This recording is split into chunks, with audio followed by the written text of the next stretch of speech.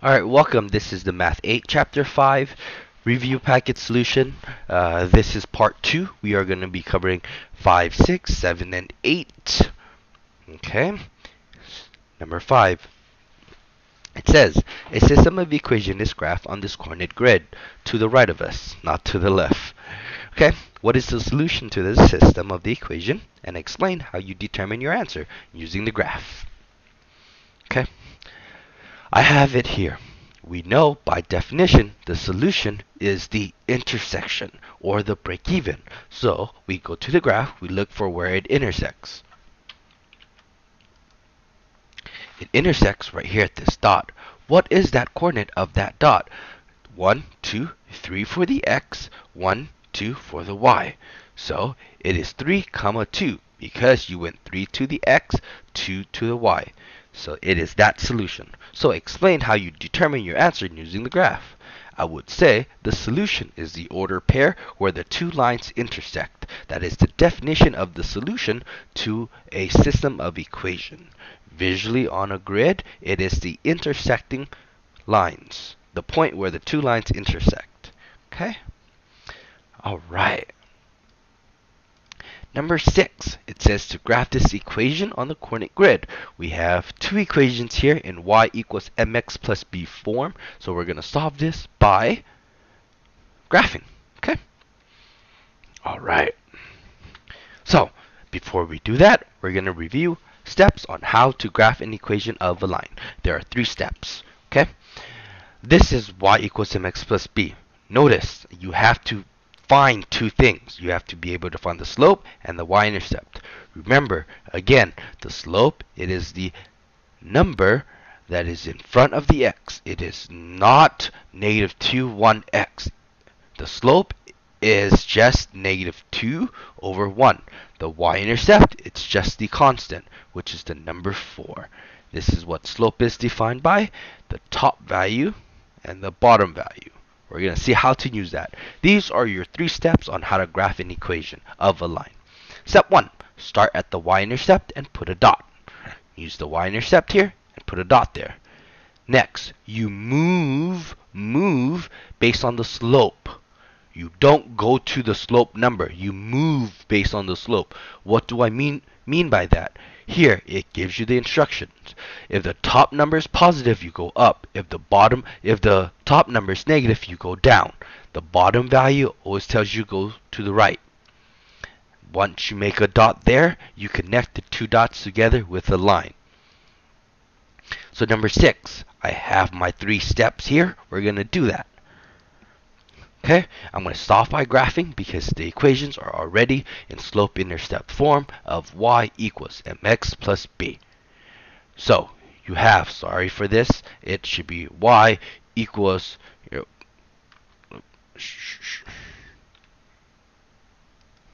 okay, it should be y equals negative 2x plus 5. That is my first equation. What is the slope? The slope, it is, again, the number in front of the x. In this case, it's negative 2 over 1. You're like, wait, where's that over 1 coming from? Remember, the slope should always be in a fraction. Therefore, the value here, the negative 2, can be turned into a fraction by dividing by 1. What is the y-intercept? The y-intercept, it's the constant. So it's the plus 5. So the y-intercept here is 5. So we're going to follow our instructions. Start at the y-intercept and put a dot. The y-intercept here is 5, so I'm going to put a dot here at the 5. Look at the purple dot. That is the y-intercept of 5. Next, the slope says negative 2. Right? Negative 2 on the top says I have to go down 2. The bottom number is 1. That means I go to the right 1. Once I move based on the slope, I put a dot, hence the black line. I get the black line from moving based on the slope. Negative 2 down, 1 to the right. Next, I connect the 2 dots together with a line. That would be my first equation. Am I done? The answer is no. You need the other line because we only graphed one equation. You need to graph the second equation. Here's the second equation. The slope, it's 4 over 1 because it has to be a fraction. It is the number in front of the x. The y-intercept is a constant here, which is just -1. So I start by putting a dot here at the y-intercept, which is -1. Then I move based on the slope. The top number on the slope here is 4, so I'm going to go up 4. The bottom number here is 1, and that means I'm going to go to the right 1. Then I'm going to put a dot there. Next, I'm going to connect the two dots with a line. I see that the two lines now intersect at that star. At that star, the points for that would be 1, 3.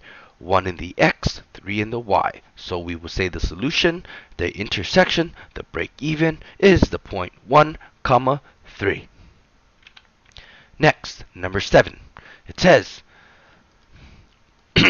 Mr. Lopez and the Martinez family went to the same diner for lunch. The Lopez bought 5 steak meals and 2 chicken meals for $47.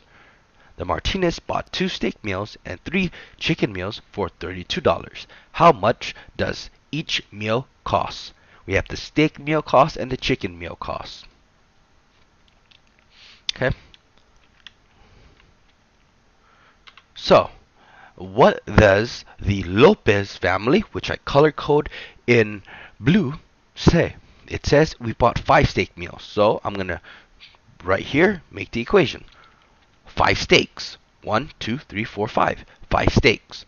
And means in addition, 2 chicken meals. Chicken, chicken, 2 chickens. Together they equal $47. This blue equation represents the meal total for the Lopez family. Next, in red is the Martinez family. The Martinez bought 2 steak dinners and 3 chicken meals for $32. So let's put that in the picture. 2 steaks, 3 chickens. You can try to guess and check this if you would like, right? But it might be a little bit difficult. So I decide to put it into equation. How did I get 5x plus 2y equals to 47? 5 chickens, 5 steaks, 2 chickens equals $47.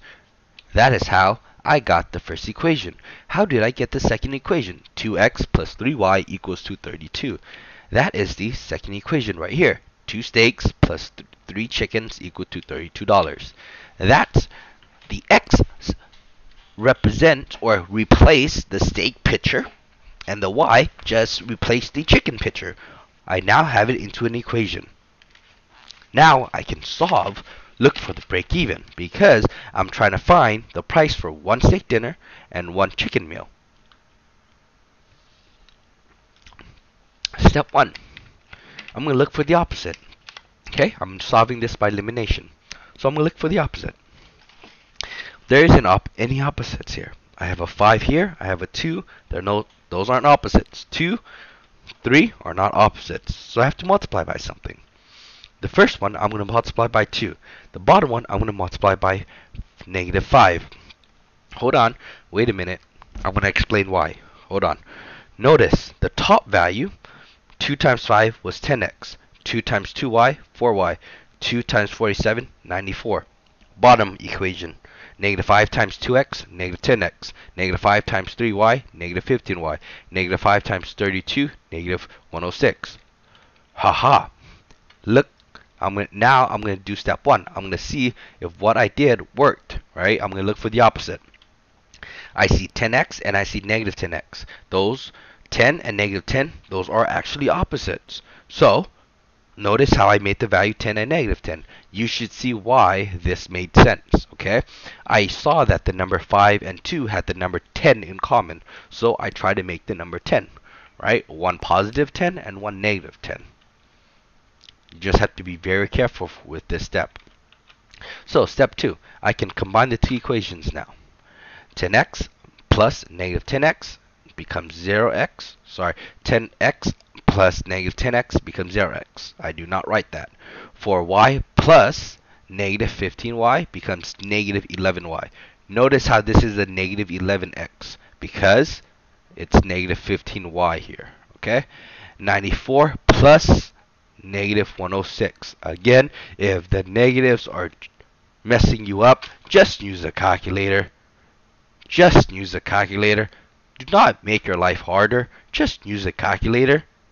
Okay? 4 plus negative 15 gets you negative 11. 94 plus negative 106 gets you negative 66. Step 3. Let's solve for the variable. Negative 11y equals to negative 66. This is my equation from the second part. Now I'm just going to divide by 11 to both sides because here I'm trying to get the y alone. Therefore I divide by negative 11. Now I have y equals to 6, which was the chicken dinner. So I knew the chicken dinner is $6. Okay, what can I do with that? I can substitute it back into the original equation. This was the first family, the Lopez family. 5 steaks plus 2 chickens equals to $47. Okay, 5x plus 2y equals to 47. Okay, y was replaced by 6, so we make that substitution. Y is replaced by 6. It becomes 5x plus 2 times 6 equals to 47. Now, 5x plus 12 is equal to 47. How did I get the 12 here? 2 times 6 is 12. Subtract 12 to both sides. 47 subtract 12 is 35. That's how I get 35 on the right hand side. Left hand side, I just get 5x. Divide by 5 to both sides. 35 divided by 5 is 7. Okay? Watch, be very careful with the algebra here. Okay? Made the substitution.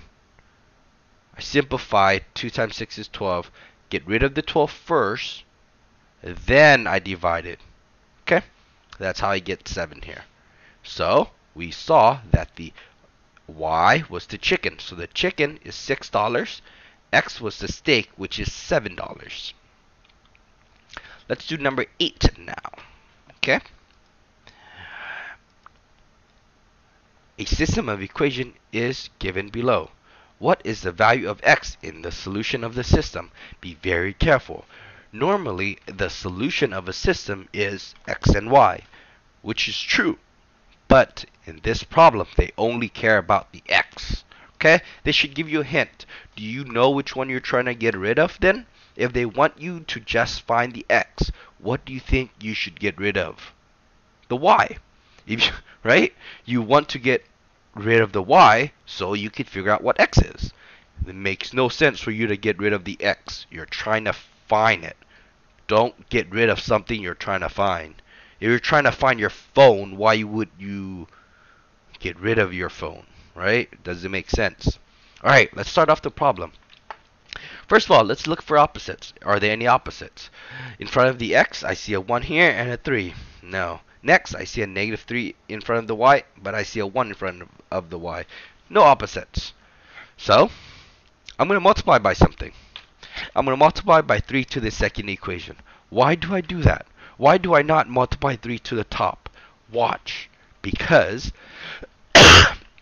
3 times 3x is 9x. 3 times y is 3y. 3 times 12 is 36. Hold on.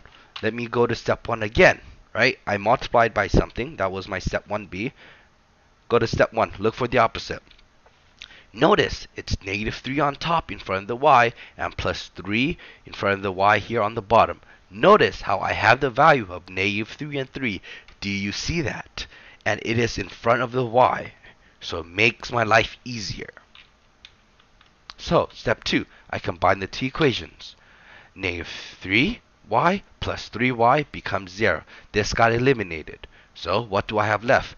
X plus 9x is 10x. 24 plus 36 is 60. Right? Solve for the variable.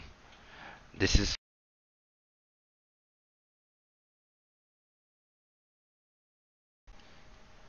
was my equation from the second part. 10x is equal to 60. Divide by 10 because again, it's 10 times x, right? It's attached via multiplication. So I divide by 10. I get 60 divided by 10, which is 6. So x equals to 6. Step 4. Substitute back into the original equation. Wrong. Remember, you don't need to because you already solved for x. Read the question. Again, just solve for the x value. We already have it here. So x equals to 6. So you already knew your answer. Alright, x was equal to 6. You're done. If you do it the other way, right, you might cancel out x by accident and solve for y. No, no, no. Be very careful. If you're trying to solve for x, you get rid of y. If you want to find y, you get rid of x. Good? Alright. There you go. That was part 8, number 8. Okay? So we went over 5, 6, 7, and 8 for part 2. Okay? There you go. Those were all your solutions for part 2 of the review sheet.